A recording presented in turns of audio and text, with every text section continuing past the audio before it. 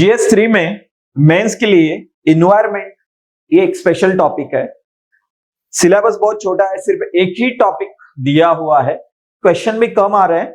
हम पहले सिलेबस देखते हैं। सो कंजर्वेशन के ऊपर क्वेश्चंस वहां पे पूछेंगे कि एग्जैक्टली कंजर्वेशन करना है, लैंड डिग्रेडेशन है तो उसका कंजर्वेशन, ओके, फॉरेस्ट का conservation, like that.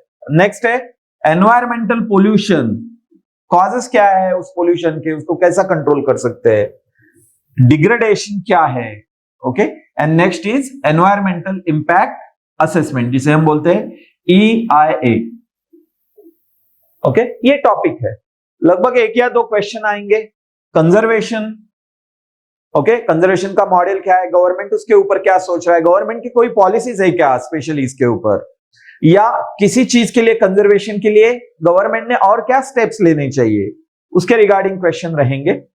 Next environmental pollution, pollution के रीजंस क्या है, ओके, पोल्यूशन बढ़ रहा है तो उसको कैसा कंट्रोल करें, उसका इंपैक्ट और क्या डेप्थ में हो सकता है, ओके, उसको कंट्रोल कैसा करे, गवर्नमेंट उसके लिए क्या कर रहा है, गवर्नमेंट की कोई नई पॉलिसीज है क्या, या laws regarding, okay, EPA environmental protection act, wildlife protection act, forest protection act, ये एक्ट है, उनके रिलेटेड यहाँ पे हमें क्वेश्चंस आ सकते हैं।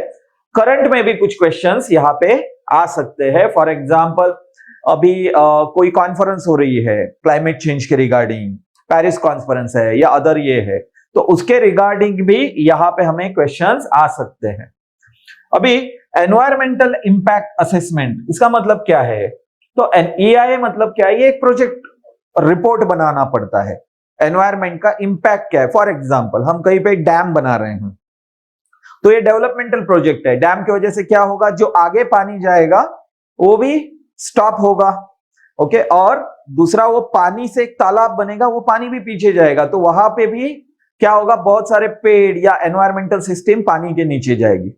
तो आगे पानी न जाने से एनवायरमेंट पे क्या इंपैक्ट होगा, ये प्रोजेक्ट बनाने से पहले हमें इंपैक्ट असेसमेंट करना पड़ेगा, ओके, एनवायरमेंट पे क्या हो रहा है, प्लस डैम की वजह से पीछे जो पानी आ रहा है उसके वजह से एनवायरमेंट पे क्या इंपैक्ट हो रहा है, वाइल्ड लाइफ पे क्या हो रहा है, फॉरेस्ट पे क्या हो रहा है, इसका इंपैक्ट असेसमेंट करना पड़ेगा। तो ये इंपैक्ट असेसमेंट कब करते हैं, एनवायरमेंटल इंपैक्ट असेसमेंट कोई भी प्रोजेक्ट स्टार्ट करने से पहले ये करते हैं। इंडिया में कोई भी प्रोजेक्ट, डेवलपमेंटल प्रोजेक्ट हमें स्टार्ट करना है या कंटिन्यूटी में उसको फिनिश करने तक लेके जाना है, तो स्टार्ट करने से पहले ही एनवायरमेंटल इंपैक्ट असेसमेंट करना कंपलसरी है। It's called as environmental ministry clearance.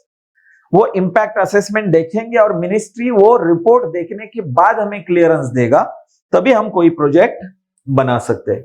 तो ओवरऑल एनवायरमेंट ये टॉपिक इंपॉर्टेंट है हमारे लिए, ओके। अभी ये टॉपिक है मेंस में एक 15 से 20 मार्क के हमारे ऊपर यहाँ पे क्वेश्चन आ सकते हैं एनवायरमेंट के ऊपर, एक या दो क्वेश्चन ही रहेंगे, ओके।